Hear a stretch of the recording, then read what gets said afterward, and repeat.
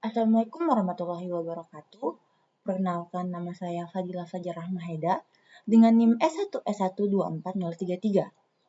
Pada kesempatan ini, saya akan menjelaskan tugas individu 4 Machine Learning Marathon dengan perintah tugas, yaitu pertama, kita akan mencari dataset berjumlah minimal 1000 dataset citra secara online. Setiap orang memilih dataset yang berbeda-beda. Pelajari dan terapkan materi transfer learning pada dataset tersebut. Lakukan analisis sampai akurasi dan efisiensi mencapai nilai maksimal. Nah, sebelum kita masuk ke codingan ini, kita perlu tahu dulu mengenai apa itu transfer learning. Jadi, transfer learning adalah teknik di mana kita menggunakan model yang sudah dilatih sebelumnya pada dataset besar. Dalam hal ini, dataset ImageNet yang berisi lebih dari 1 juta gambar dari 1000 kategori. Kemudian, kita pindahkan pengetahuan yang sudah dipelajari model tersebut ke tugas baru kita. Nah, manfaat dari transfer learning ini ada 3. Yang pertama itu, dengan melakukan transfer learning, kita tidak perlu ribuan data sampai jutaan gambar. Ratusan gambar per kelas itu sudah cukup bagus. Nah, yang kedua, waktu training jauh lebih singkat karena model sudah pintar dalam mengenali fitur-fitur visual. Dan yang ketiga, akurasi yang dihasilkan biasanya lebih tinggi dibandingkan melatih model dari nol. Nah, terus pertanyaan selanjutnya, apa yang akan kita bangun dari tugas ini? Jadi kita akan membuat sistem klasifikasi gambar yang mampu mengenali berbagai jenis burung penyanyi. Kita menggunakan arsitektur ResNet yang sudah dilatih di ImageNet. Kemudian kita adaptasi untuk tugas ini. Nah, dataset yang digunakan adalah dataset Singerbird dataset dari Kaggle. Jadi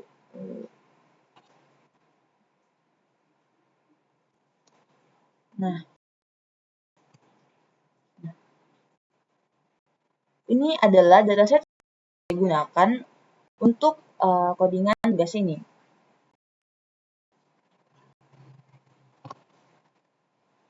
Nah, ini dataset ini berisi gambar-gambar burung penyanyi dari berbagai spesies. Nah,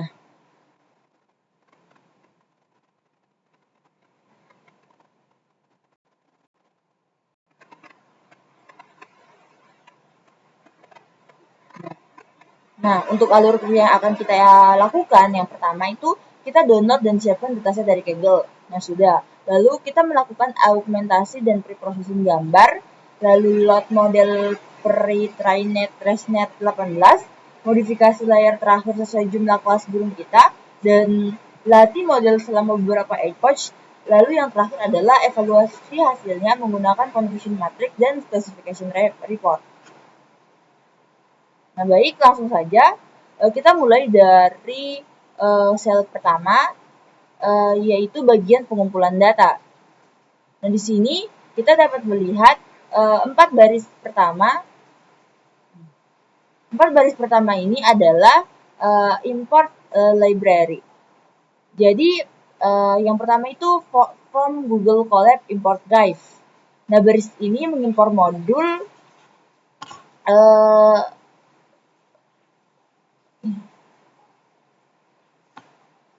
The Javu Mono size 9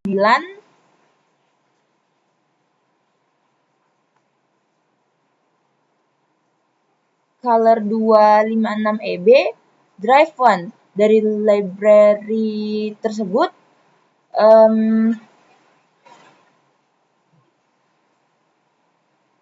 Jadi dengan Google Colab ini kita dapat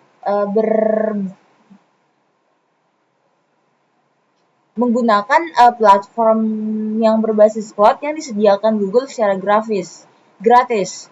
Nah, modul yang saya sebutkan tadi itu memungkinkan kita untuk mengakses Google Drive langsung dari dalam notebook.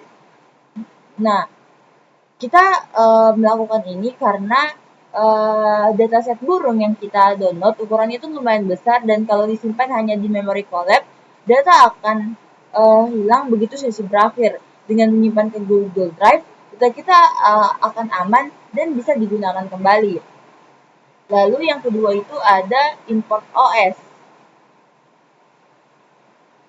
Nah, ini adalah library bawaan Python yang menyediakan fungsi-fungsi untuk berinteraksi dengan sistem operasi. Kita akan menggunakannya terutama untuk membuat folder atau directory. Lalu ada import util. Nah, ini dia adalah library bawaan Python kependekan dari shell utils. Merupakan library yang menyediakan operasi-operasi tingkat tinggi pada file dan directory, seperti menyalin, memindahkan, atau menghapus folder secara rekursif, yang tidak bisa dilakukan oleh library lain sendirian dengan mudah. Lalu ada ini import Kaggle Hub. Ini adalah library pihak ketiga dari Kaggle. Library ini memungkinkan kita mendownload dataset langsung dari platform Kaggle hanya dengan satu baris kode tanpa perlu browser. Jadi ini sangat praktik untuk workflow otomatis.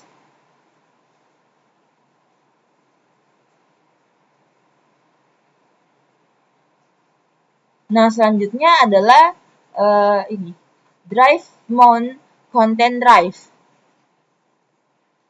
Jadi ini adalah perintah untuk menghubungkan Google Drive ke sistem file collab.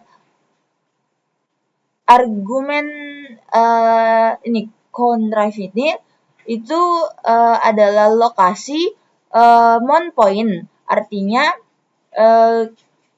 Google Drive kita akan dapat diakses melalui path yang ini. Nah, saat kita menjalankan baris ini, Collab akan meminta izin akses ke Google Drive lalu lewat pop-up autentikasi. Nah, selanjutnya itu ini save path sama dengan ini adalah variabel string yang menyimpan alamat folder di mana kita akan menyimpan dataset tersebut. Nah, di sini kita lihat ada content drive. Ini root dari Google Drive yang sudah kita mount tadi. Lalu my drive. Ini adalah folder utama Google Drive milik kita. Lalu data. Lalu Singlebirds. Ini adalah subfolder yang akan kita buat.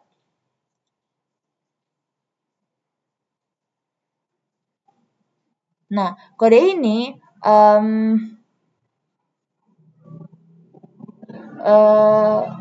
jadi parameter ini tuh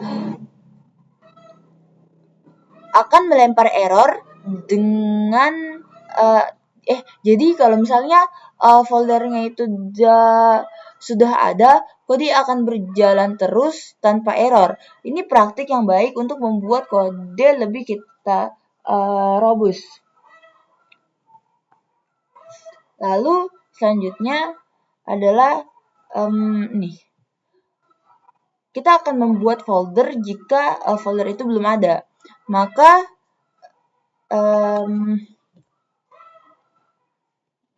fungsi ini membuat folder berserta semua folder induknya jika belum ada. Parameter exit OK sama dengan true sangat penting karena jika foldernya itu sudah ada, kode akan melempar error. Dengan exit OK sama dengan true, kalau foldernya sudah ada, kode akan berjalan terus tanpa error. Jadi dia itu lebih mudah untuk membuat kode kita lebih robust. Nah, kemudian ada path Kaggle Hub dataset download. Nah, baris ini kita akan menggunakan Kaggle Hub dataset download untuk mendownload dataset. Nah, di sini ada argumen Ace Gander Singlebird. adalah identifier dataset di Kaggle. Formatnya adalah username nama dataset. Jadi, Xgander adalah username pemilik dataset dan Fingerboard adalah nama datasetnya. Fungsi ini akan otomatis mendownload dataset ke directory cache, sementara di-collab dan mengembalikan path-nya ke variabel path. Perlu kita ingat bahwa kita perlu mengonfigurasi Kaggle API credentials terlebih dahulu agar ini bisa berjalan. Nah, selanjutnya ada Shooting 3 pet save pet dears excite out sama dengan true. Nah, setelah di-download ke lokasi sementara, kita perlu memindahkan ke Google Drive agar tersimpan permanen. Nah, Shooting copy tree ini digunakan untuk menyalin seluruh pohon direktori dari satu lokasi ke lokasi. Parameter pertama adalah sumber, lokasi dataset yang baru di-download. Parameter kedua, save path, adalah tujuan, folder Google Drive yang sudah kita siapkan. Lalu parameter yang ketiga adalah there's out access out sama dengan true, memungkinkan penyalinan meski folder tujuannya itu sudah ada. Nah, di sini kita menggunakan copy tree dan bukannya malah move itu biar directory cache Kaggle bisa saja digunakan oleh proses lain dan lebih aman untuk menyalin daripada memindahkan. Nah, lalu setelah kita running sel yang pertama ini akan output selesai dataset tersimpan di content drive my drive data fingerboards. Ini artinya sudah tersimpan aman di Google Drive. Nah, lanjut kita masuk pada kedua, yaitu import semua library machine learning yang kita butuhkan. Nah, pertama itu kita import Torch. Nah, ini ada PyTorch adalah framework deep learning yang dikembangkan oleh Facebook AI Research. Ini adalah library utama yang kita gunakan. Torch menyediakan struktur data fundamental yang disebut tensor. Jadi, tensor itu kayak array-nya NumPy, tapi dia itu dengan kemampuan untuk berjalan di GPU dan mendukung diferensiasi otomatis untuk backpropagation. Lalu yang kedua adalah import Torch NNSNN. Nah, Torch NN ini adalah submodul PyTorch yang berisi semua blok bangunan neural network. Kayak layer-layer seperti NN linear, NN conv2D, lalu fungsi aktivasi seperti NN RELU, NN sigmoid, kemudian fungsi loss seperti NN cross entropy loss, dan masih banyak lagi. Kita mengimpornya dengan alias NN agar penulisannya itu lebih ringkas. Nah, selanjutnya adalah import torch.optim as optim. Nah, Torch Optim ini berisi berbagai algoritma optimisasi yang digunakan untuk memperbarui bobot model selama training. Algoritma yang akan kita gunakan adalah ADAM, Adaptive Moment Estimation, yang merupakan salah satu optimizer paling populer dan efektif saat ini. Nah, selanjutnya adalah from torch.atils.data import data loader, random split. Nah, data loader adalah utilitas yang sangat berguna untuk membuat data secara efisien selama training. Ia mengurus pembagian data ke dalam batch-batch kecil, pengacakan urutan data di setiap epoch, dan loading data secara paralel menggunakan multiple workers. Nah, random split ini adalah fungsi untuk membagi dataset secara acak menjadi beberapa subset. Misalnya itu training set dan validation set. Nah, baris selanjutnya adalah from Torch Vision import dataset transform model. Nah, Torch Vision ini adalah library komplementer PyTorch yang khusus untuk computer vision. 3 hal yang kita import itu yang pertama adalah dataset. Berisi dataset populer seperti CIFAR 10, MNIST, ImageNet. Kita juga akan menggunakan dataset image folder untuk membuat dataset custom kita. Nah, kedua adalah transform. Ini berisi berbagai transformasi gambar untuk pre-processing dan augmentasi data. Dan yang ketiga adalah models, berisi definisi dan bobot pre-trained dari berbagai arsitektur model terkenal seperti ResNet, VGG, MobileNet, EfficientNet, dan basis-basis yang lagi. Nah, baris selanjutnya adalah import matplotlib pilot SPLT. Nah, matplotlib ini adalah library visualisasi Python yang paling populer. Kita akan menggunakannya untuk menampilkan gambar-gambar dari dataset dan memplot grafik akurasi serta loss selama training. Nah, lalu selanjutnya adalah import numpy SNP adalah library komputasi numerik fundamental di Python. Kita perlu library ini karena matplotlib bekerja dengan array numpy dan kita perlu melakukan beberapa operasi matematika pada gambar tersebut. Nah, lalu ini device. Nah, baris selanjutnya ini baris yang menentukan perangkat komponasi yang akan digunakan.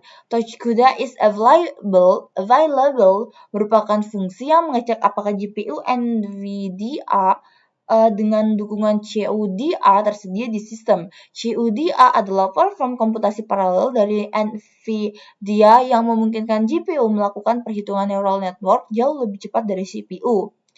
Nah, di sini kita pakai CUDA if CUDA is available. Else CPU adalah conditional expression atau ternary operator Python. Artinya kita akan gunakan CUDA jika tersedia, jika tidak maka kita akan gunakan CPU. Lalu ada touch device membungkus string tersebut menjadi objek device yang akan kita gunakan nanti untuk memindahkan model dan data ke perangkat yang tepat.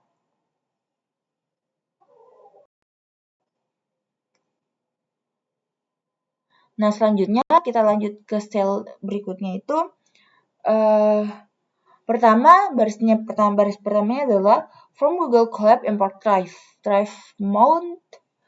Nah, ini tuh sel ini tuh kita gunakan mount Google Drive lagi agar kita mungkin membuka sesi collab baru dan koneksi drive perlu diinisialisasi ulang. Jadi kita inisialisasi kembali. Nah, dataset dir ini adalah variabel konstanta yang menyimpan path ke dataset kita. Path ini harus persis sama dengan save path yang kita gunakan saat menyimpan dataset di sel pertama tadi. Nah, lalu kita lanjut ke sel berikutnya.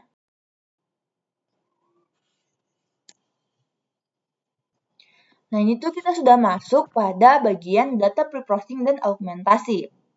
Nah, pertama itu adalah image size sama dengan 224. Kita mendefinisikan ukuran gambar sebagai 224 pixel. Nah, ini adalah ukuran input standar untuk arsitektur ResNet, VGG, dan model pre-trained lainnya. Model-model ini dilatih dengan gambar berukuran 224 x 224. Jadi kita harus menyesuaikan ukuran gambar kita agar lebih compatible. Nah, kemudian ini kita mendefinisikan transformasi yang berbeda.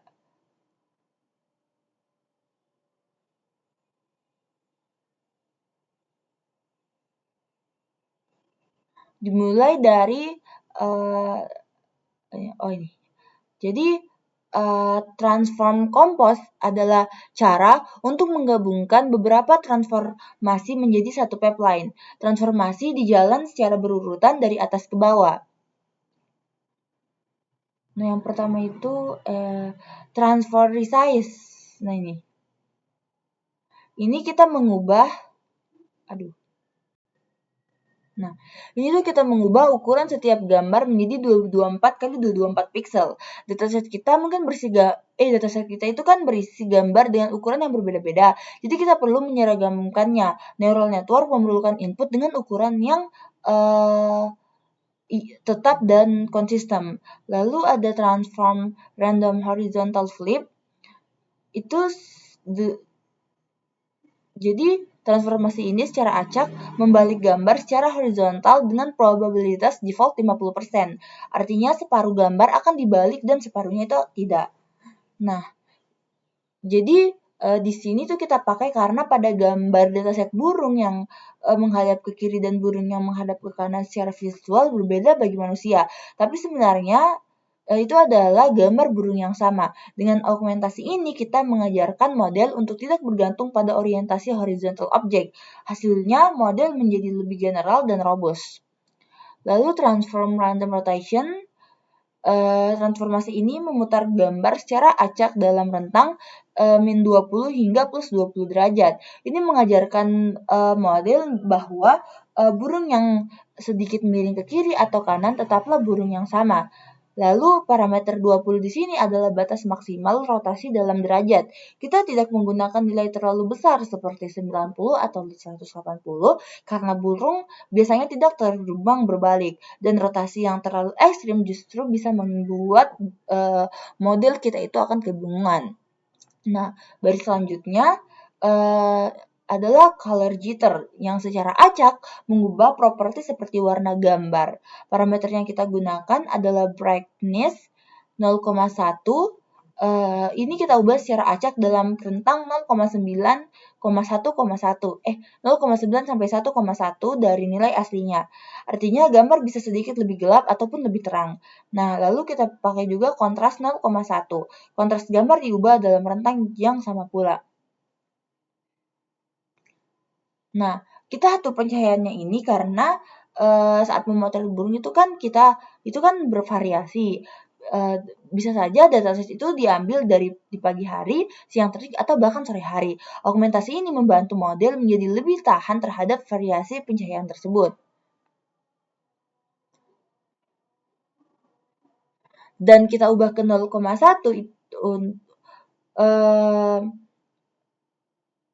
itu karena warna ini adalah salah satu fitur penting dalam mengidentifikasi spesies burung.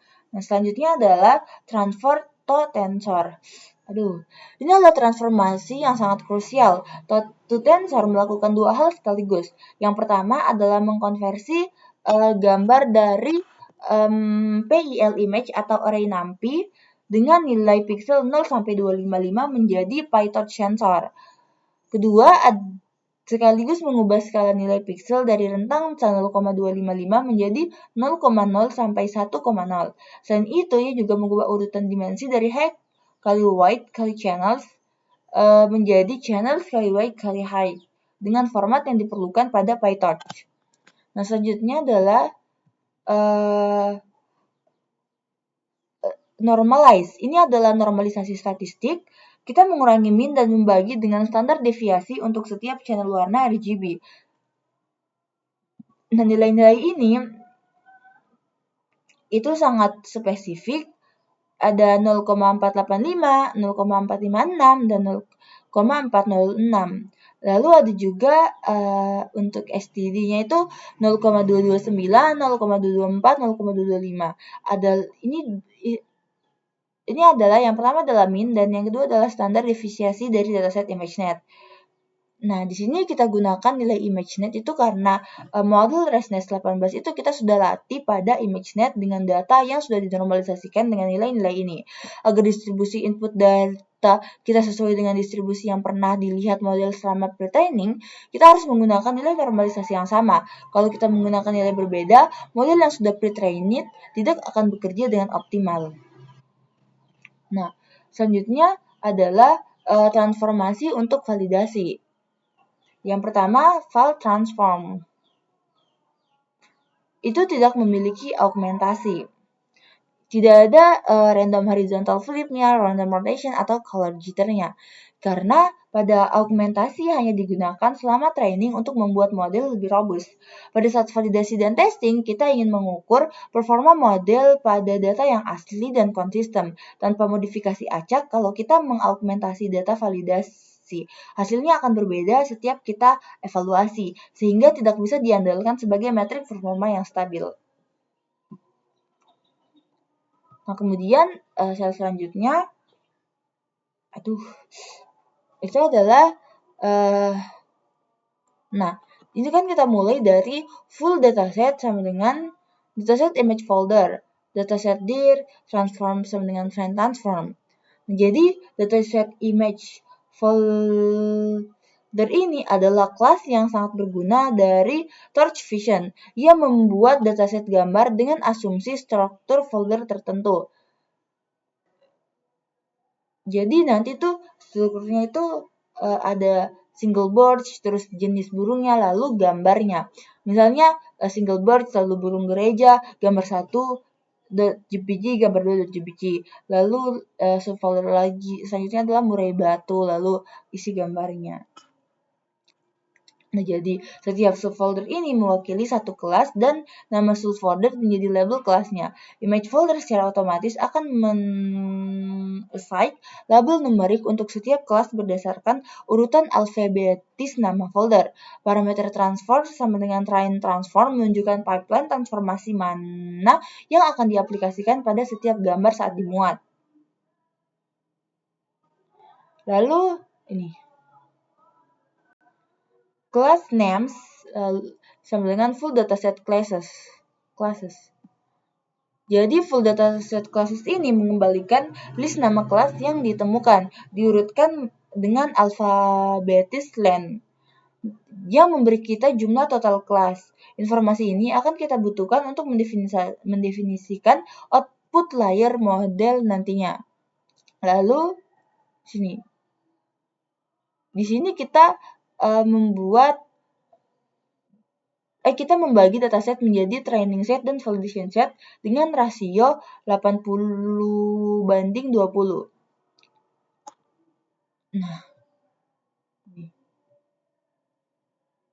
Nah, ini tuh kita akan ambil 80% data untuk training, dan ini tuh diperlukan karena hasil perkalian mungkin berupa float, sedangkan ukuran dataset harus bilangan bulat. Lalu ini. Yang kedua, file size. Len full dataset sampai train size sisa data 20% untuk validasi. Cara ini lebih aman daripada kita gunakan 0,2. Len full dataset karena menghindari masalah pembuatan yang bisa membuat total data tidak tepat sama dengan ukuran dataset asli. Nah, selanjutnya itu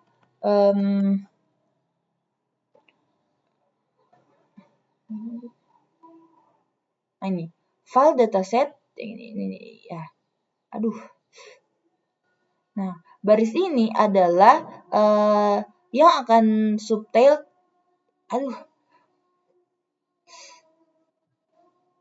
Nah, jadi pada baris ini tuh kita gunakan karena ketika kita melakukan random split, kedua dataset train dan val masih merujuk ke objek full dataset yang sama, yang menggunakan train transform dengan augmentasi. Untuk validation set, kita ingin menggunakan val transform tanpa augmentasi. Dengan val dataset.transform sama dengan file transform, kita mengakses dataset asli melalui dataset yang mengubah transformasinya.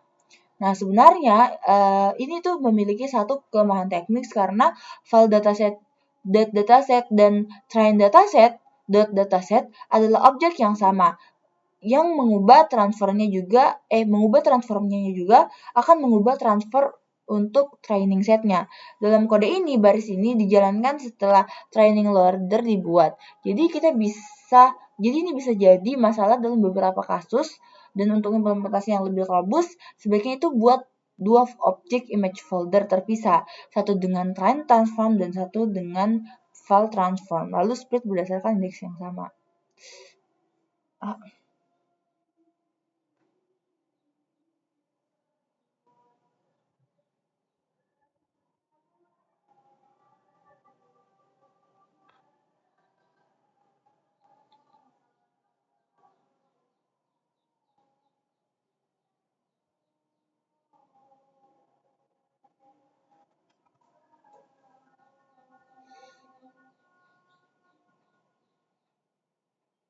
Lalu selanjutnya itu adalah batch size. Di sini kita pakai ukuran 32 yang akan diproses sekaligus dalam satu iterasi training. Nah, di sini Q32 itu berdasarkan kita lihat dari datasetnya yang berjumlah 10.000 ini cukup untuk kita gunakan, dan dia ini tidak terlalu kecil sehingga estimasi gradien lebih noisy, trainingnya itu kalau misalnya terlalu kecil itu estimasi gradiennya lebih noisy dan trainingnya lebih lambat, dan kalau terlalu besar itu kita akan membutuhkan lebih banyak memori GPU, dan penelitian menunjukkan batch size sangat besar kadang menghasilkan generasi yang lebih buruk. Nah, jadi kita gunakan 32 dan setelah kita running itu akan memberikan keseimbangan yang baik antara kecepatan, kestabilan gradien, dan penggunaan memori. Lalu ini ada data loader,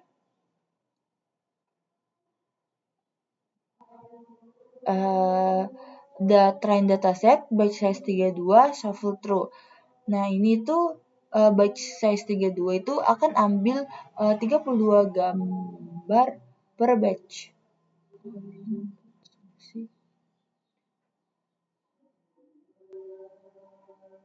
Nah, sebenarnya pada batch size ini kita bisa ganti-ganti nilainya, bisa kita pakai juga 64 atau 128. Lalu shuffle through adalah acak urutan data di setiap epoch. Ini sangat penting untuk training, karena kalau misalnya kita tidak pakai shuffle, model kita itu akan mempelajari urutan data alih-alih fitur sebenarnya dari gambar yang bisa menyebabkan overfitting pada pola urutan. Lalu data loader, file dataset, batch size 32, shuffle files. Shuffle files itu maksudnya jangan acak urutan untuk validation. Kita ingin evaluasi yang konsisten dan bisa direproduksi.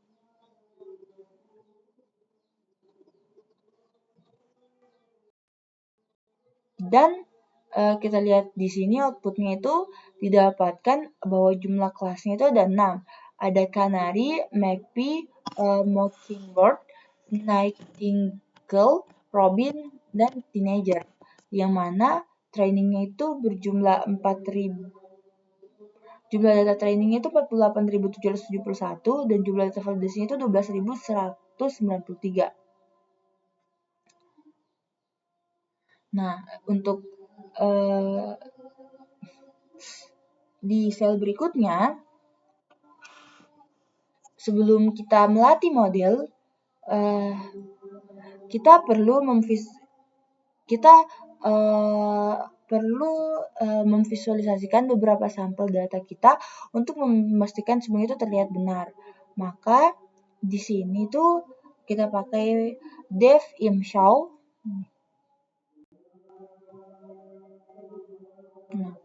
Nah, kode ini tuh kita mendefinisikan fungsi imshow untuk menampilkan gambar dari tensor PyTorch. Nah, fungsi ini kita itu butuh fungsi khusus dan kita tidak langsung saja kayak PLT imshow itu, karena gambar yang kita punya itu data itu sudah melalui transformatisasi dan perubahan format, sehingga itu kita perlu membalikan transformasi tersebut agar gambar terlihat lebih normal. Lalu di pertama itu ada image size.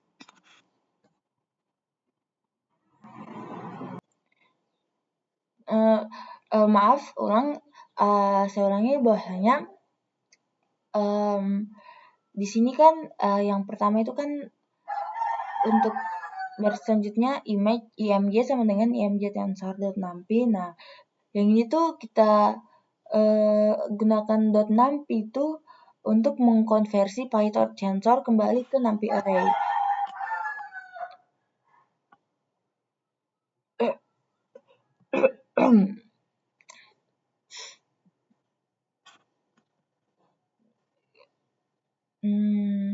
Biar ini nanti itu biar dia ke ini NP array, dan yang akan mengubah urutan dimensi dari channel height width format PyTorch ke format matplotlib atau gambar normal. Lalu di sini ada IMG. Ini kan dari sini kita ubah menjadi yang ini. Lalu ada IMJ sama dengan STD kali MJ plus min. Ini adalah inverse normalization. Kita membalikkan proses normalisasi yang kita lakukan sebelumnya. Caranya dengan mengalihkan kembali dengan standar deviasi dan menambahkan min. Ini diperlukan agar warna gambar kembali ke rentang aslinya. Lalu ada baris selanjutnya, itu setelah inverse normalization, mungkin terdapat nilai pixel yang sedikit keluar dari rentang 0,1 karena floating point arithmetic and p-clip memastikan semua nilai berada dalam rentang 0,1 agar matplotlib bisa menampilkan gambar dengan benar.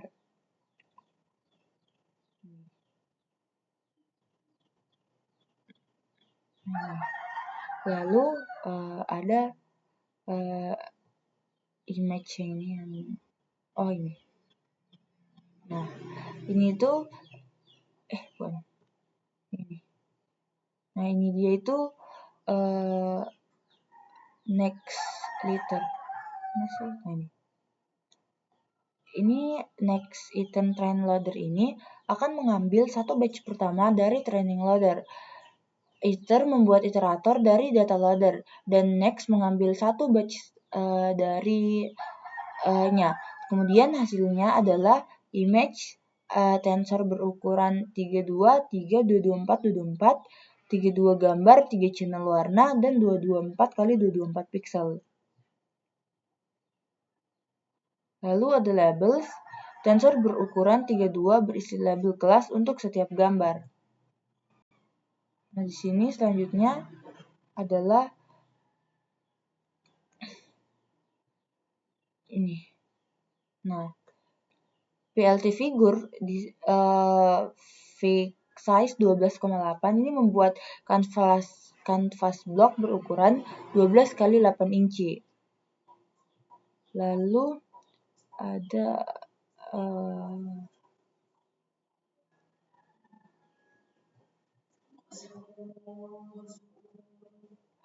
jelaskan.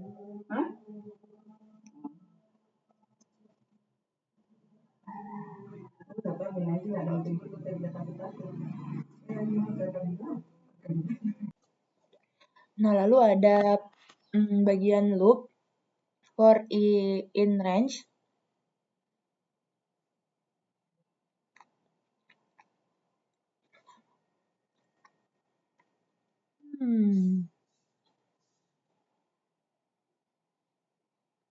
Ini. Nah, dia ini kita akan menampilkan maksimal 9 gambar pertama dalam grid 3x3. Nah, yang ini itu udah. Nah, ini yaitu untuk keamanan kalau batch-nya itu kurang dari 9 gambar. Nah, kemudian selanjutnya adalah PLT subplot 3,31i plus 1 membagi kanvas menjadi grid 3x3 dan memilih posisi ke i plus 1. Lalu ada class name labels i itu menggunakan label numerik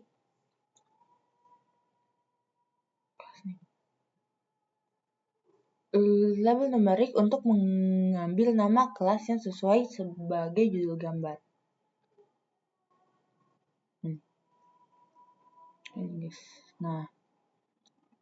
Nah, kita lihat di sini. Nah, ini gambar dataset kita untuk setiap kelasnya. Mulai dari Mockingbird, lalu Teenager, lalu Mockingbird,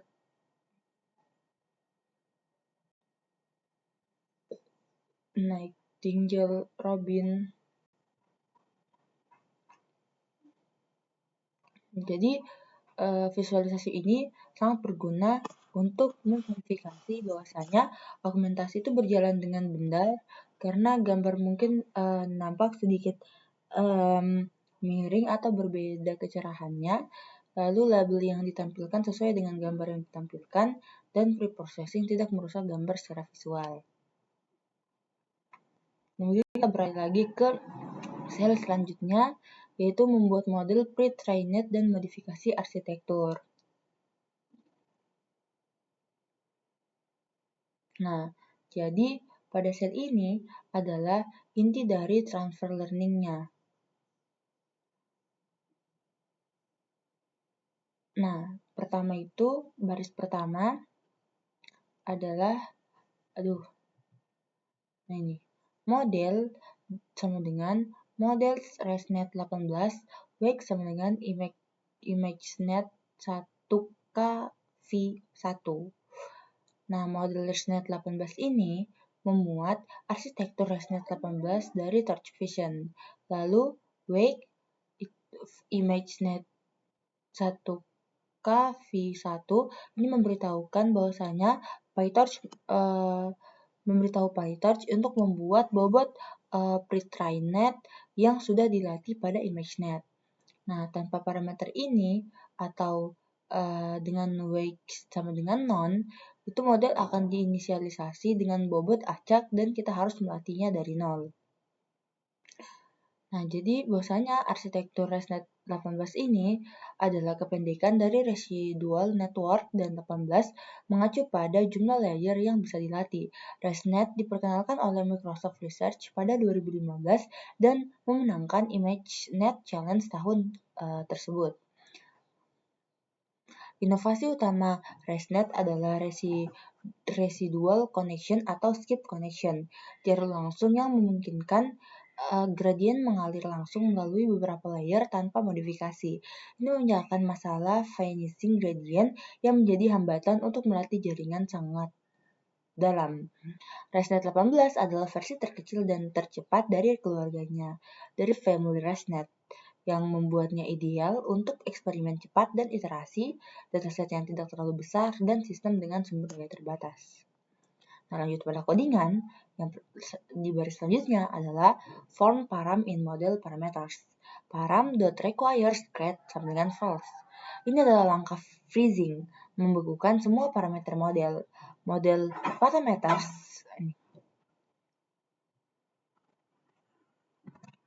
ini adalah ini akan mengembalikan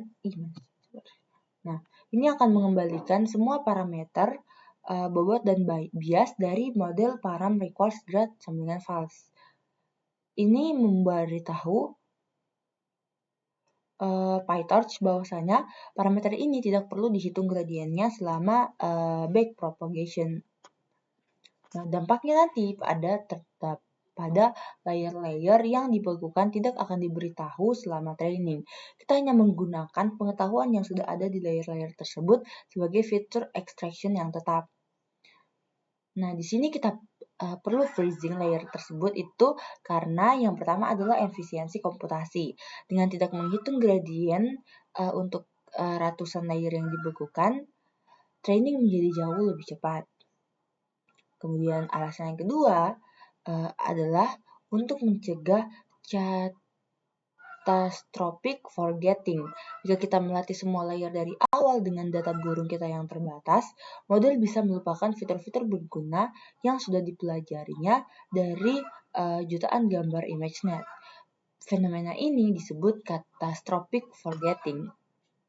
Nah, selanjutnya itu kita akan mengganti fully connected layer terakhir sesuai jumlah kelas. Nah, pertama, num vectors sama dengan model.vc.fc.in vectors. Nah, ini adalah bagian modifikasi arsitektur. Model ResNet 18 asli dirancang untuk menghasilkan 1000 kelas ImageNet. Kita perlu menggantinya dengan classifier yang sesuai jumlah kelas burung kita. Lalu model FC sama dengan NN segmental mengacu pada fully connected layer terakhir dari ResNet 18. Inverters memberi kita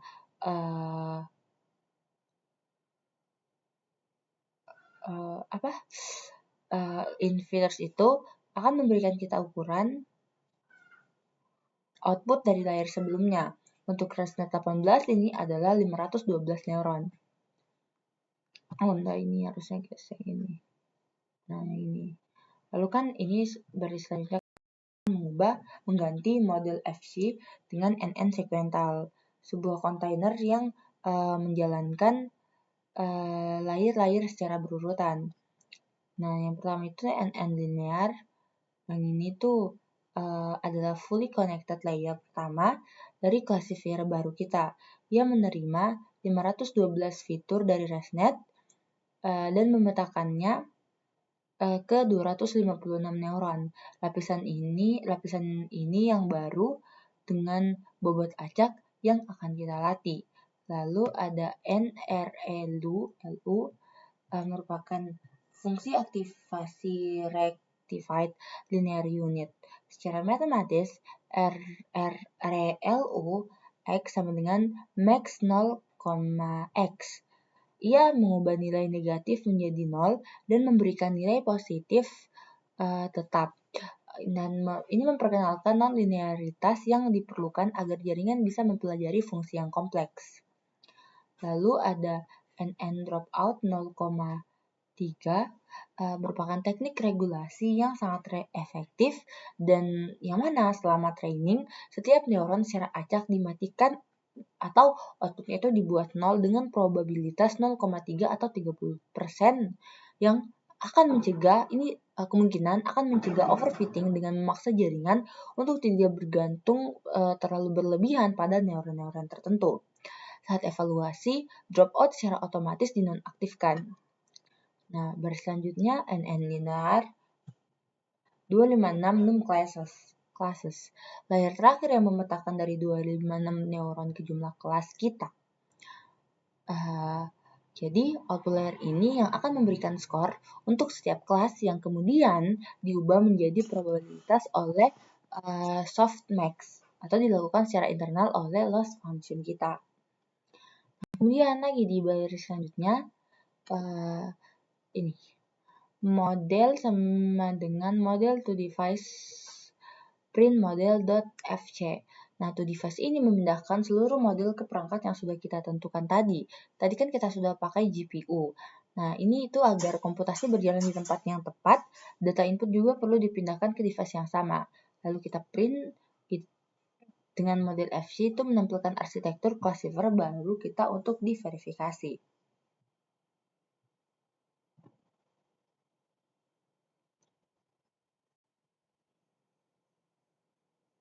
Nah, ini dia outputnya. Jadi sudah dapat terlaksana semuanya.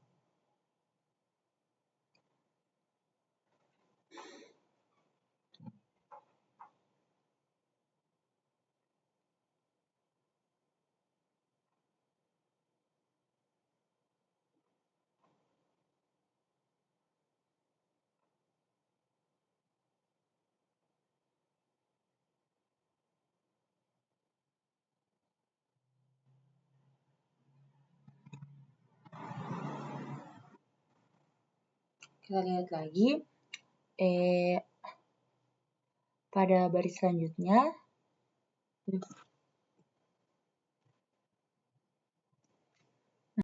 Kita analisa dulu. Outputnya udah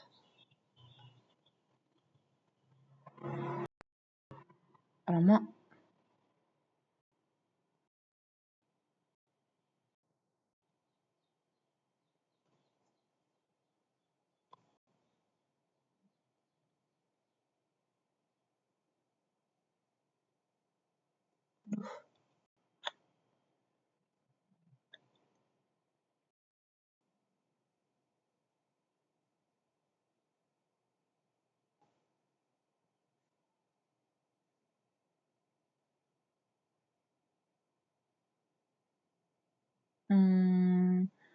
Jadi output dari sel ini tuh kan kita sudah ganti fully connected layer terakhir sesuai jumlah kelasnya.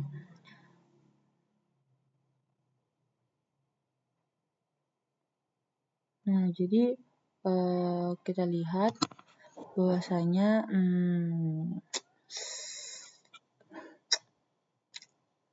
nah, yang pertama itu ini kan kita sudah PyTorch ini sedang mengambil bobot nih.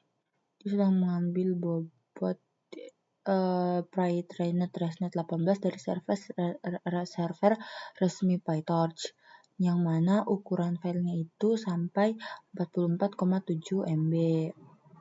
Nah, model ResNet yang digunakan kemungkinan adalah ResNet 18 yang sudah pernah dilatih menggunakan dataset ImageNet. Nah, lalu ini adalah arsitektur classifier. Nah, lapisan terakhir ResNet yang sudah kita ganti. Jadi ResNet asli kan memiliki fitur ekstraktor linear. Karena ImageNet punya 1000 kelas, kami mengubahnya menjadi fitur extraction ResNet linear RR dulu, lalu dropout 0,3 dan linear 256-nya itu 6. Outputnya itu nanti adalah kelasnya, output kelas. Kemudian kita lanjutkan di sel berikutnya. Itu adalah loss function dan optimizer. Nah, yang pertama itu ada criterion sama dengan NN cross entropy loss. Optimizer sama dengan optim.adam model.fc parameters LR sama dengan 0,001. Nah, di sini ada NN cross entropy loss ini itu adalah fungsi loss yang paling umum digunakan untuk klasifikasi multiclass.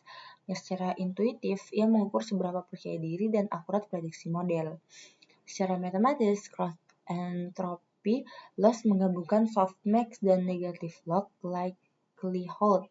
Untuk prediksi yang sangat yakin dan benar, loss-nya kecil atau mendekati 0. Untuk prediksi yang salah atau tidak yakin, itu loss-nya besar. Keunggulan menggunakan NN cross entropy loss di PyTorch adalah ia mengharapkan logit sementa atau output sebelum softmax, bukan probabilitas, dan secara internal melakukan softmax dan log secara numerik stabil. Nah, selanjutnya itu optim Adam model FC parameters IR 0,001. Jadi ini tuh yang ini. Nah, pertama ini yaitu algoritma optimasi yang sangat populer dan efektif. Di sini kita tulis model FC parameters, bukan model parameters. Ini sangat penting. Jadi kita ingin melatih parameter dari fully connected yang dia baru, bukan semua parameter model yang sudah kita bukukan. Kalau kita tulisnya itu model parameters, meskipun gradiennya 0 untuk layer yang dibukukan, tetap akan menjadi pemborosan komputasi. Dan di sini kita pakai LR 0,001 adalah learning rate-nya, salah satu hyperparameter terpenting dalam deep learning.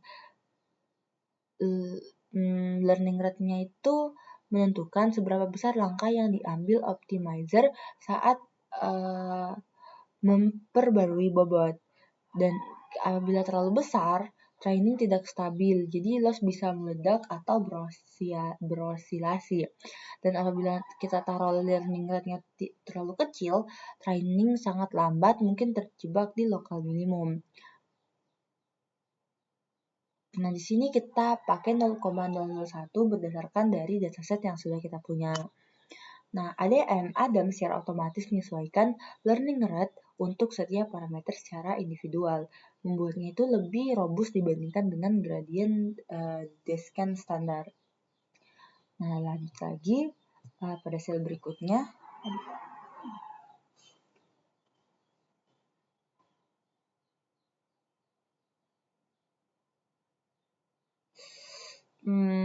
Yaitu fungsi training loop.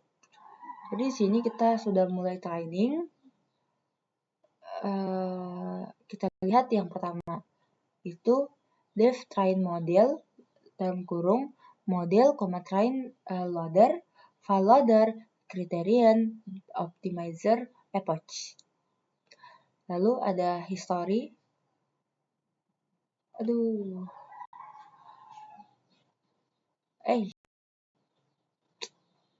Nah ini. Nah, history sama dengan train loss, train X, val loss, dan val XCC. Kita mendefinisikan fungsi train model yang menerima semua komponen yang dibutuhkan. Kayak model, terus data loader, loss function, optimizer, dan jumlah epoch. History adalah dictionary untuk menyimpan metrik, training, dan validasi di setiap epoch. Kita akan menggunakannya untuk memplot kurva training nantinya. Nah, lalu selanjutnya adalah ini. Pertama itu for epoch, in range epoch adalah loop utama untuk training. Jadi satu epoch berarti model sudah melihat seluruh dataset training satu kali. Nah, model train ini memberitahu model untuk masuk ke mode training. Ini penting karena beberapa komponen model berperilaku berbeda antara training dan evaluasi. Secara spesifik, dropout akan aktif di mode training dan aktif di mode evaluasi. Batch norm juga berperilaku yang berbeda. Nah, lalu selanjutnya itu running loss correct total sama dengan 0,0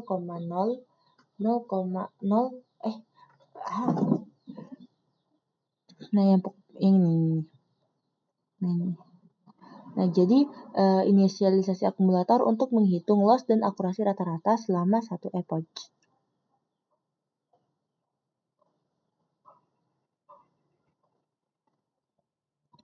Lalu ada for input labels in train loader.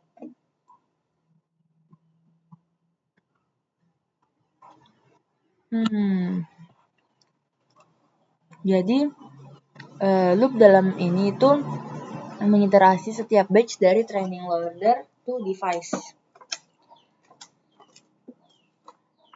yang memindahkan data ke GPU yang sama dengan model. Ini kalau modelnya itu di GPU tapi data di CPU atau sebaliknya, Python akan melempar error. Jadi kita harus pakai looping ini. Nah, lalu ada optimizer zero grade. Baris yang di sini kan kita pakai zero grade itu karena itu kita pada PyTorch gradient terakumulasi secara default. Jadi setiap kali kita panggil backward, gradient baru akan ditambahkan ke gradient yang sudah ada. Ini untuk membuat teknik lanjutan tapi untuk training standar. Kita ingin mulai dengan gradient 0 di setiap iterasinya. Nah, kalau kita tidak jalankan zero grade ini, kita hapus, maka gradient dari iterasi sebelumnya akan terus terakumulasi menyebabkan update bobot yang salah dan tidak terkontrol.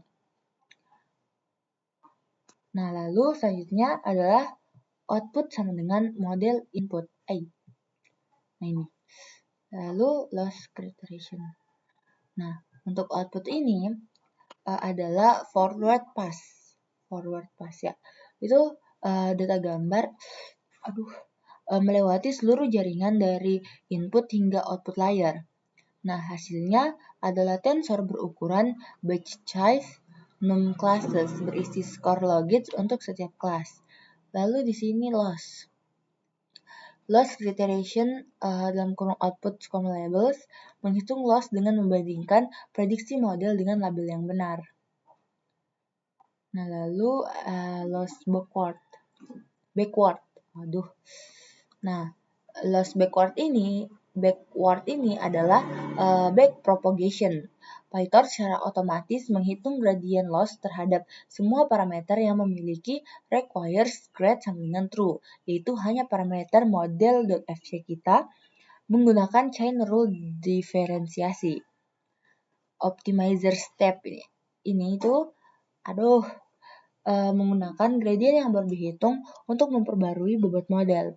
Besaran perubahannya ditentukan oleh learning rate dan algoritma Adam. Nah, lalu running loss plus sama dengan ini sampai di ini. Ini. Nah, dia itu loss item itu mengekstrak nilai scalar loss dari tensor. Kita kalikan dengan input size 0 itu dengan batch, kita kalikan dengan ukuran batch untuk mendapatkan total loss dalam batch ini. Jadi dia itu bukan rata-ratanya. Ini itu kita perlu untuk rata-rata per average itu dihitung dengan benar. Nah, selanjutnya ini adalah torch max. Nah, itu mencari nilai dan indeks maksimum sepanjang dimensi 1 atau dimensi kelas. Indeks maksimum adalah kelas yang diprediksi model.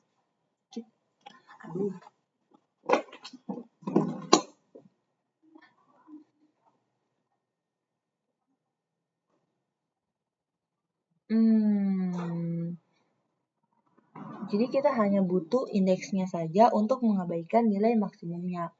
Dan selanjutnya itu yang ini. Nah,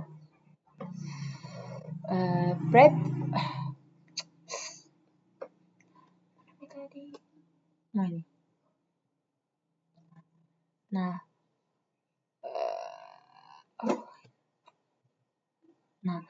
Breadth sambungan-sambungan label sum item itu menghitung berapa banyak prediksi yang benar.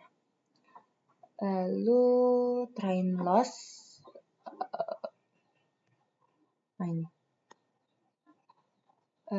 train loss running boss total itu jadi setelah semua batch dalam epoch selesai, kita hitung rata-rata loss dan akurasi untuk epoch tersebut. Nah, model eval ini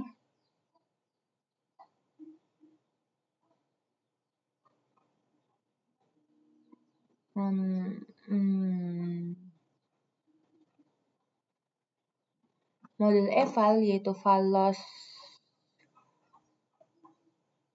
ini. Nah, yaitu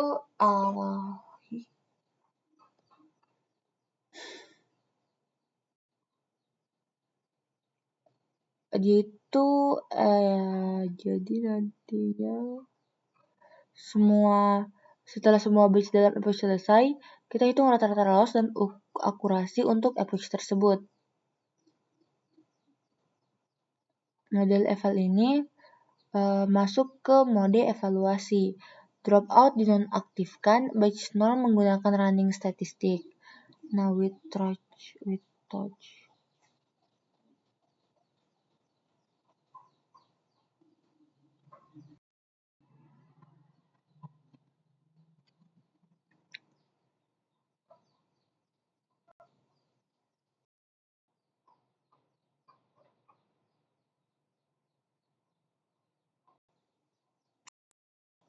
Nah, ini.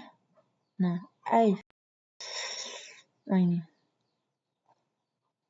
Nah, gitu kan ini di dalam blog ini tuh PyTorch itu tidak menyimpan computational graph untuk backpropagation. Karena kita tidak perlu gradient saat validasi, ini menghemat memori dan mempercepat komputasi secara signifikan. Biasanya itu 2-3 kali lebih cepat. Nah, lalu loop validasi sama dengan training loop, kecuali tanpa zero graph, backward, dan step. Nah, kemudian lalu itu kita print epoch.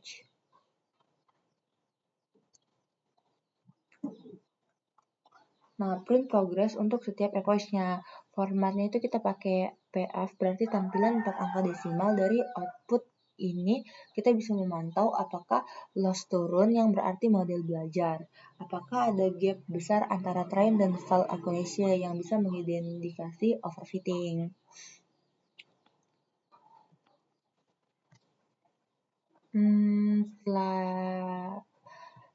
Pada sel selanjutnya yaitu kita pada tahapan menjalankan training.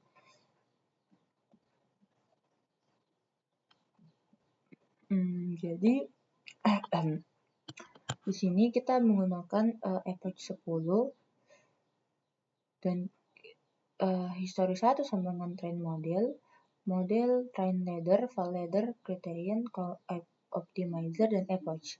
Jadi kita melatih model ini selama 10 epoch dengan memanggil fungsi train model yang sudah kita definisikan. Nah, setelah kita lihat dari dataset itu kita gunakan 10 epoch.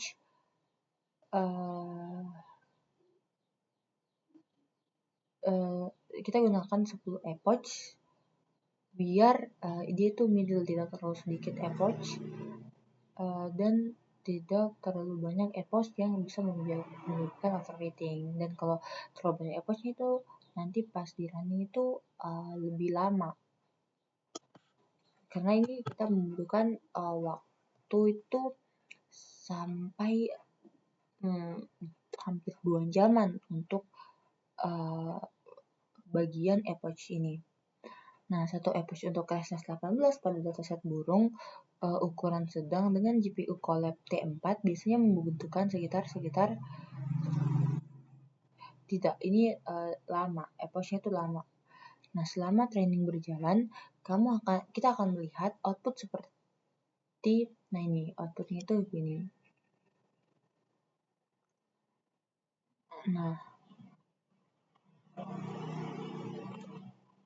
Nah, kita mulai dari ini, epoch 1/10.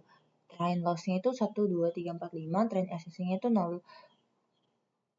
2, 5, 9, train accessing-nya itu 0,9543, file loss-nya itu 0,0641, file access-nya itu 0,9777.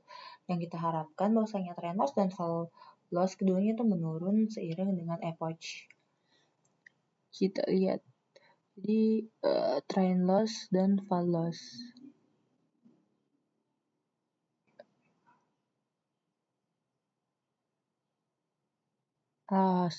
Ya ini dia menurun yang train loss-nya, tapi yang file loss-nya itu dia naik di epoch yang kedua.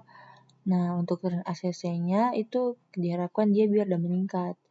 Jadi train ACC dia dari 9543 sampai 9843. 9834 dia meningkat. Kemudian file ACC-nya itu 999. Nah, awalnya itu dia agak turun di epoch 2-nya. Jadi, history 1 ini akan menyimpan semua metrik ini untuk divisualisasikan setelahnya.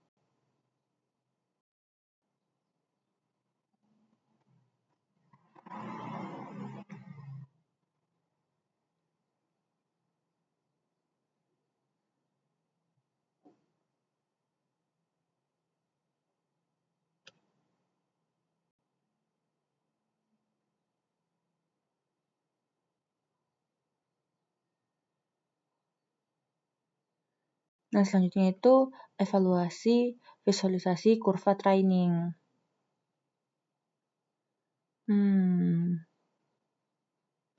Nah, dimulai dari baris pertama adalah plt.figure size 12,5, lalu plot loss-nya itu ini plt subplot 121, terus plt plot history 1, train loss, label sama dengan train loss. plt plot history 1, file loss, label sama dengan validation loss. Nanti ini kita visualisasikan itu untuk train loss-nya, jadi kita jadikan untuk validation loss-nya, terus plt title-nya itu untuk loss per epoch-nya, lalu plt label X-nya itu untuk epoch dan label-nya untuk loss. Nah, kemudian ada plot akurasi. Nah, di sini subplotnya itu 122. Yang mana kita juga memberikan visualisasi untuk trend accuracy, validation accuracy, akurasi per epoch dan akurasi. Nah, dari gambar ini kita lihat bahwasanya kedua kurva train dan falos itu harusnya kan menurun, masih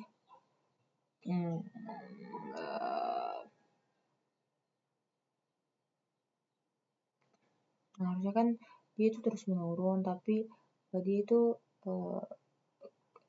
itu bergelombang, dia naik dia turun.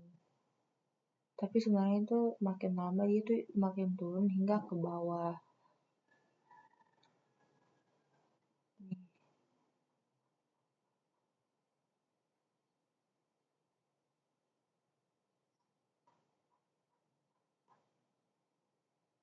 Terus untuk akurasinya, trend akurasi dan validation akurasi. Oh tidak, di sini kan trend loss-nya itu turun, tapi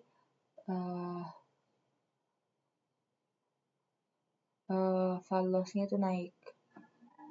Masih ini.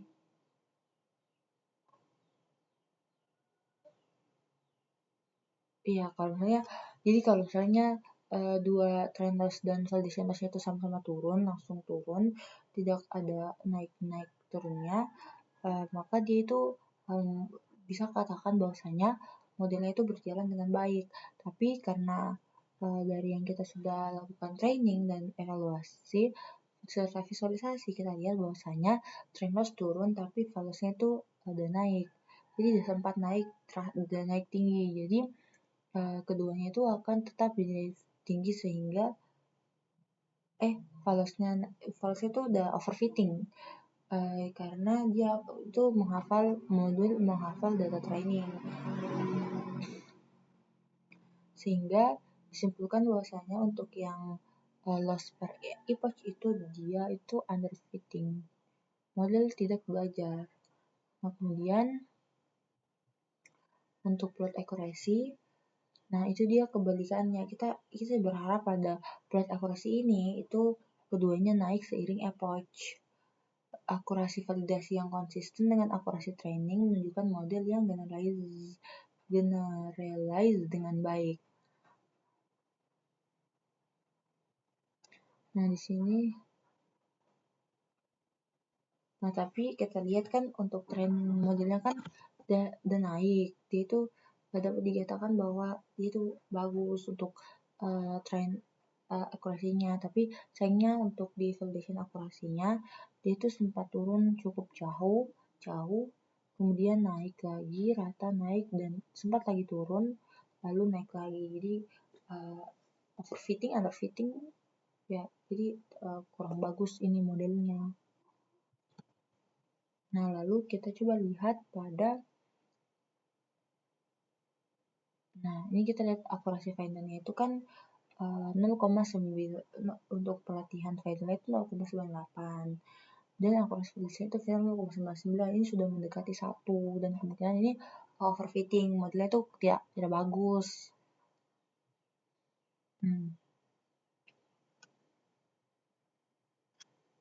Nah, apabila kita cek akurasi keseluruhan, nah ini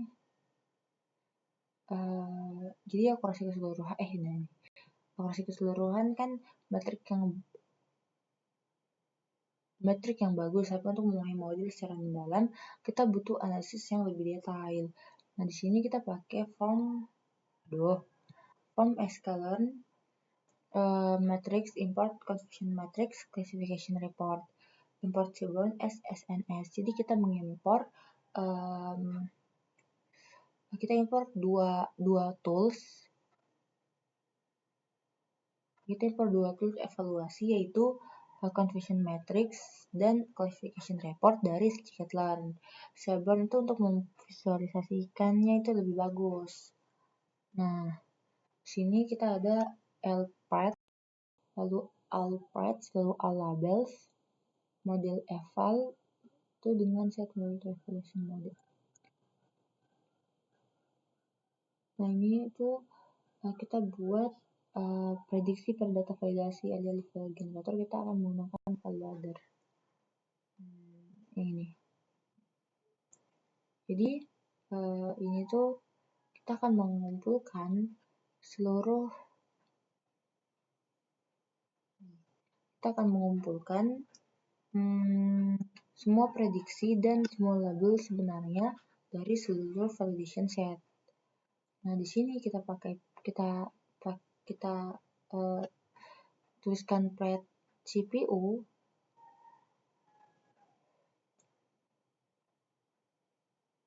Ini tuh biar kita pindahkan kembali yang dari GPU kembali ke CPU. Dan nanti ini mengkonversi ke NumPy array. Kita perlu melakukan hal ini tuh karena scikit-learn itu bekerja dengan NumPy array bukan PyTorch tensor. Nah, lalu ada extend. Nah, ini itu menambahkan semua elemen dari satu list ke list lain. Jadi beda dengan append yang menambahkan satu elemen saja. Lalu ypred dan nparray all parts. Lalu ytrue sama dengan nparray all labels. Lalu kita buat codingan untuk conversion matrix. Nah, jadi conversion matrix adalah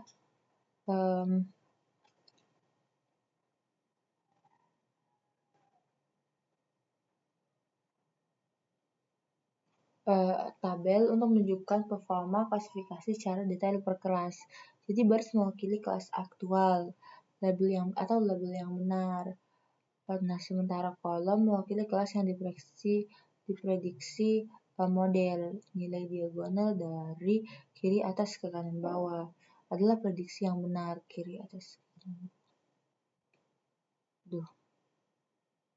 Coba kasih kecil. Nah, ini. Jadi nilai diagonal dari kiri ke kanan bawah itu adalah prediksi yang benar. Nilai di luar diagonal adalah kesalahan.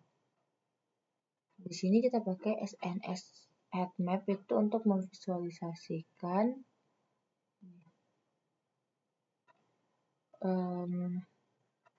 matriks sebagai headmap. Jadi ada anon sama dengan true, tampilkan angka di setiap sel. Lalu fmt sama dengan d, itu format angka sebagai integer. Lalu cmap dengan blues, warna biru semakin gelap, berapa nilainya itu semakin besar. Semakin gelap nilainya itu berarti semakin gelap warnanya itu maka nilainya itu akan semakin besar. Lalu ada xticklabels, yticklabels.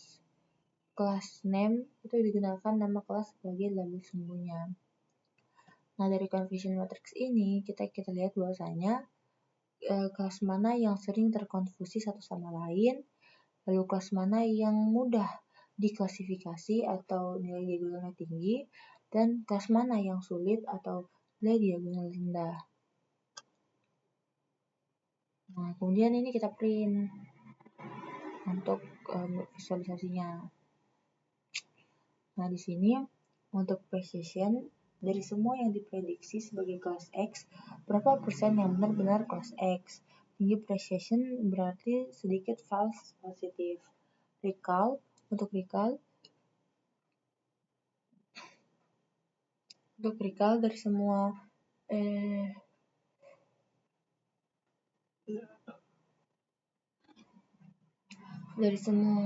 yang sebenarnya kelas X, berapa persen yang berhasil dideteksi? Tinggi recall berarti sedikit false negatifnya.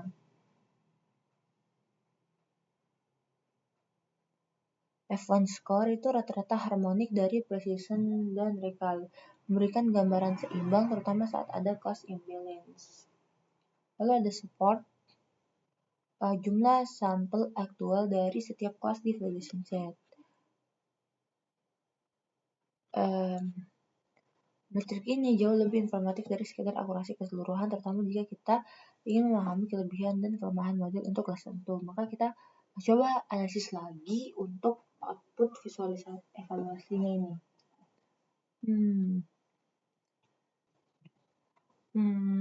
Saya rasa saya perlu menjelaskan kembali beberapa kesimpulan yang dapat saya tarik Dan saya juga akan menjelaskan lagi tentang analisis dan efisiensi dari codingan ini. Nah, jadi bahwasanya kan tadi sudah saya jelaskan terkait dengan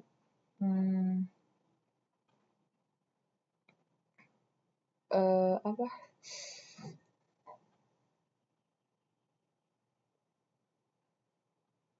terkait dengan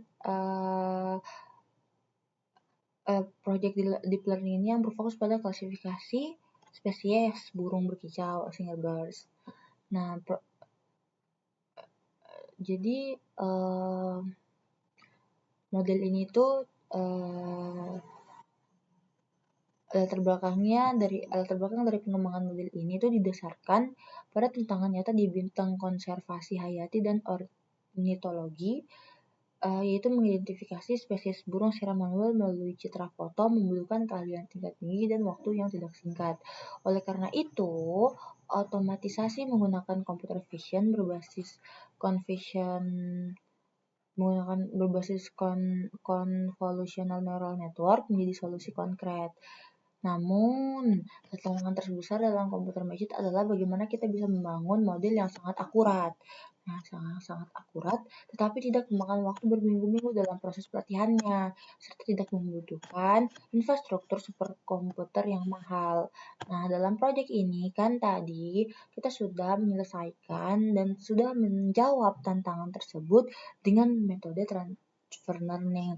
Yang mana dari kode ini kan kita lakukan training itu kan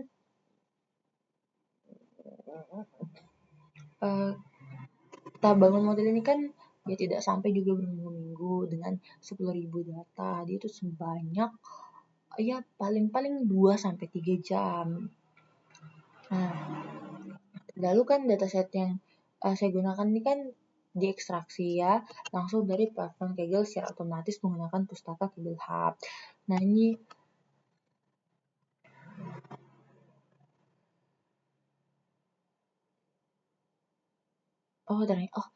ternyata dataset ini tuh jumlahnya 64.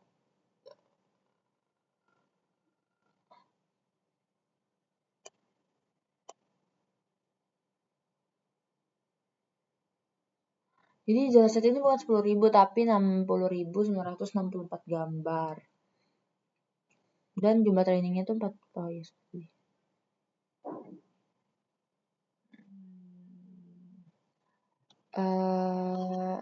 Itu untuk rangkuman yang pertama. Lalu rangkuman yang kedua, kan kita tadi sudah melakukan pemeriksaan data dan strategi argumentasi. Jadi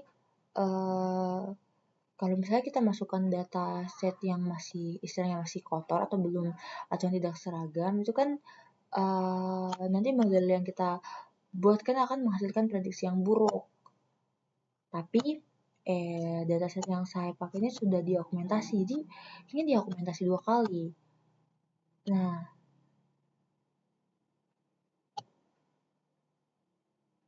dan pada pemrosesan ini kan digunakan 2 jenis transformasi, yaitu trend transform dan validasi transform.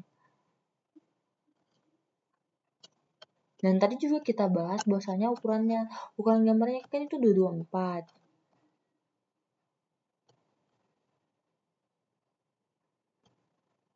Lalu augmentasi itu kita lakukan dan augmentasi itu untuk memperkaya variasi data tanpa harus mencari gambar baru. Jadi augmentasi tadi.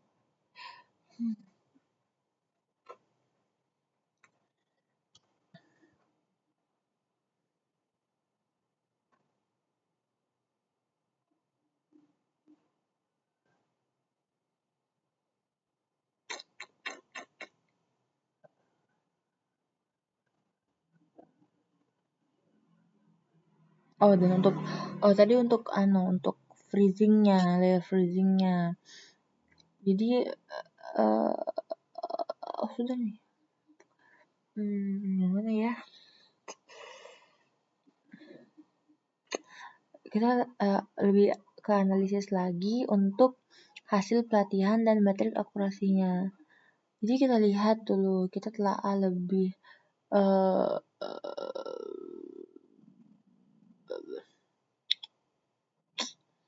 nah kan tadi 10 epoch ya. Terus data log performa itu kan udah tunjukkan bahwasanya sebuah grafik keberhasilan yang konvergen dan stabil. Tapi kalau kita lihat pergerakan, kita tinjau dari pergerakan metric loss-nya atau fungsi kerugiannya, ini tuh ya betul-betul sangat kurang, tidak bagus. Karena tadi di sini epoch 1 itu fungsi kerugian pelatihannya itu trend loss itu dimulai dari angka 0,1259, sedangkan fungsi validation loss-nya itu langsung berada di posisi rendah yaitu 0,064. Nah, kalau seiring berjalannya waktu terus kita running ini pada epoch 10 trend loss berhasil ditekan hingga dia itu mencapai 0,0497. Nah, kita lihat bahwasanya validation loss juga menyusut tajam hingga menyentuh angka 0,0153. Dan kita tahu bahwasanya data loss ini sangat penting di dalam pengembangan deep learning, bahwa penurunan nilai loss pada data validasi yang bergerak searah dan konsisten dengan data pelatihan adalah indikator mutlak bahwa model mengalami proses pembelajaran yang sangat sehat, yang baik lah. Nah, lalu jarak atau gap yang tipis antara keduanya itu akan membuktikan bahwasanya model memiliki kemampuan generasi yang luar biasa dan terbebas dari jebakan overfitting. Nah, tapi sayangnya di nilai validation loss ini sebesar 0,0153 yang mendekati 0, mengartikan bahwa tingkat kesalahan prediksi model pada data uji baru hampir tidak ada. Untuk validation loss-nya.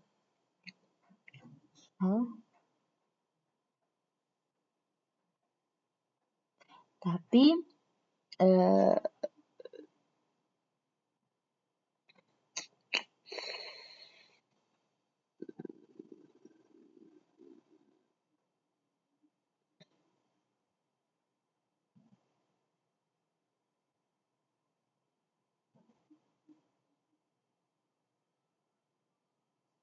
nah, penurunan loss validasi ini sebenarnya konsisten mendampingi loss pelatihan ini merupakan bukti empiris terkuat bahwa model tidak mengalami modelnya overfitting sih, karena dia itu sampai jauh.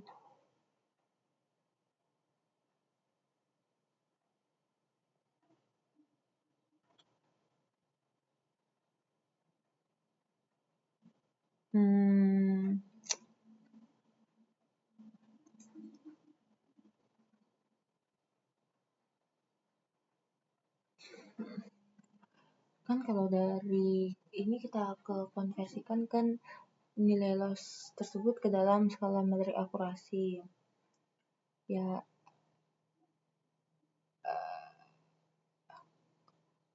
akurasi pelatihannya itu sampai 0,98 itu belum tinggi sekali.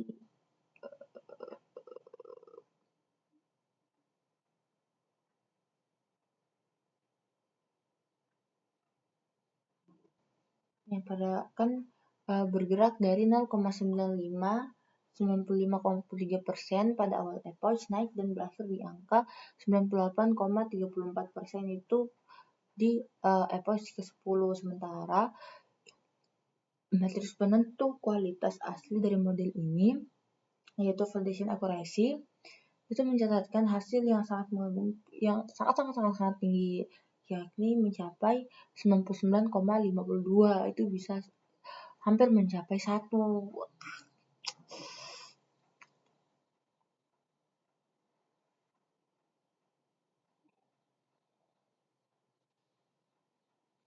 Nah, jadi akurasi validasi sebesar 99,52% pada dataset berukuran belasan ribu gambar validasi adalah sebuah pencapaian yang sangat kokoh. Hal ini menegaskan bahwa jika kita menguji model ini dengan 10.000 foto burung yang baru, model mampu menebak dengan benar sekitar 9,952 gambar di antaranya. Konsistensi nilai akurasi ini membuktikan keandalan kombinasi arsitektur pra-pelatihan dengan pure augmentasi data yang diimplementasikan di awal program.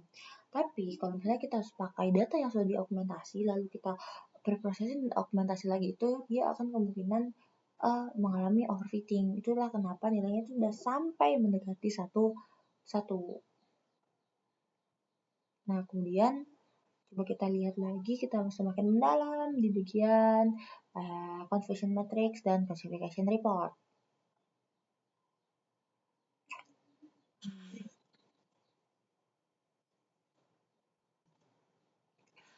Nah, jadi 99,52% ini bisa saja itu dasarnya tidak seimbang atau ada satu kelas yang performanya buruk. Nah, kita lihat bahwasanya meskipun visualisasi grafis confession matrix berupa heat map tidak kita tampilkan di layar saat ini. Ini ada di layar ini.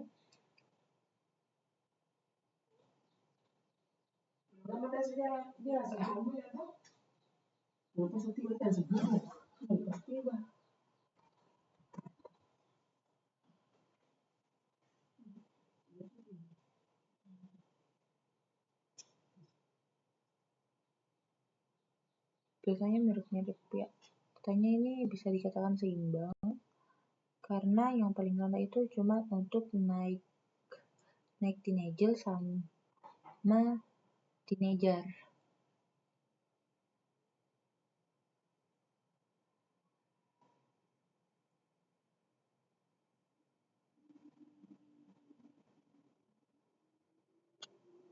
Nah, ini kalau dilihat dari confession matrixnya ini datanya itu terbagi rata. Cuma ini dan ini yang kecil. Dan kalau kita lihat dari classification reportnya, untuk precisionnya itu sudah mencapai 1. Ini memprediksi sebuah gambar sebagai spesies mangpi tingkat kepastiannya benar 100, tidak terjadi insiden false positif, di mana burung robin atau kanari salah didefinisikan sebagai magpie. Nah, itu kesalahannya. Kemudian di sini recalnya itu juga sampai 1.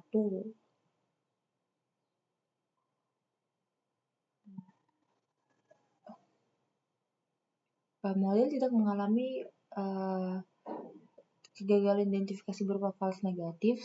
Dia mengklasifikasi hampir seluruh gambar burung kanari yang tersebar di dalam folder data validasi secara tuntas. Tapi sekali satu. Kemudian F1 score-nya itu juga 1. Ini sangat overfitting.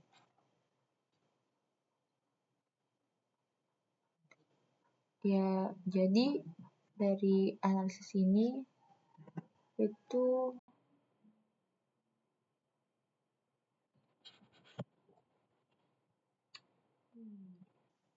dari sini kita dapat simpulkan, menarik akhir kesimpulan bahwasanya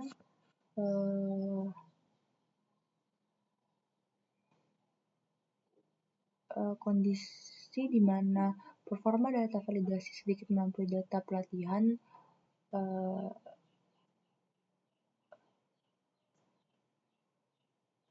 harusnya kalau kita lihat dari akurasi validasi lebih tinggi daripada pelatihan itu tidak overfitting, tapi karena nilainya sangat-sangat tinggi hingga mencapai nilai 1, itu terdapat kegagalan dalam model ini.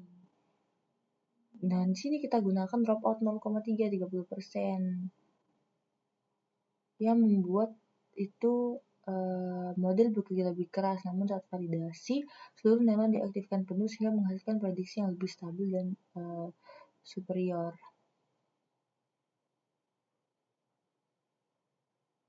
Jadi, melalui kombinasi arsitektur ResNet 18 pre-trainet, pembukuan layar konstelasi yang tepat, dan pipa data yang kaya, model ini berhasil kita bangun mencapai target tertinggi dalam machine learning, yaitu membangun model dengan akurasi hampir 100%.